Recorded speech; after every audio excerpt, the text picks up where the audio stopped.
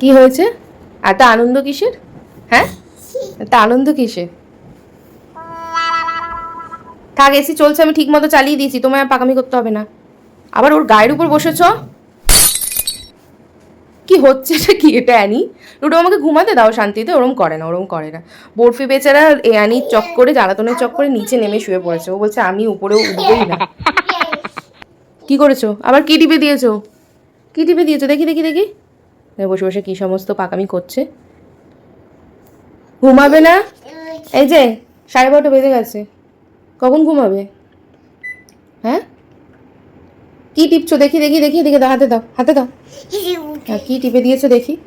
Fan, fan tan বাড়িয়ে দিয়েছে। থাক, অল্প থাক।